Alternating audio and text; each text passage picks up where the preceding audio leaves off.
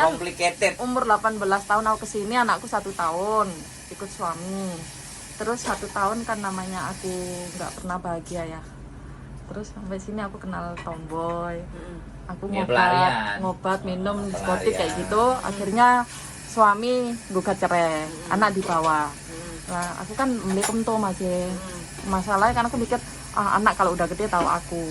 Cuma sekarang anak udah gede, udah lulus SMA, Nyari maknya. Nggak mau ngakui. ngakui. Cuma kalau nyari tuh, "Ma, beliin ini, beliin ini." Tapi aku Iya.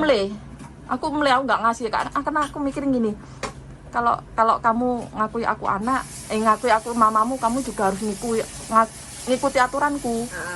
Dia kan jadi salah pergaulan, jadi salah didikan sama bapaknya, nggak pernah sholat, terus pacaran sana sini. Lah Salah aku kabeh tadi. namanya Cewek. Ini Bu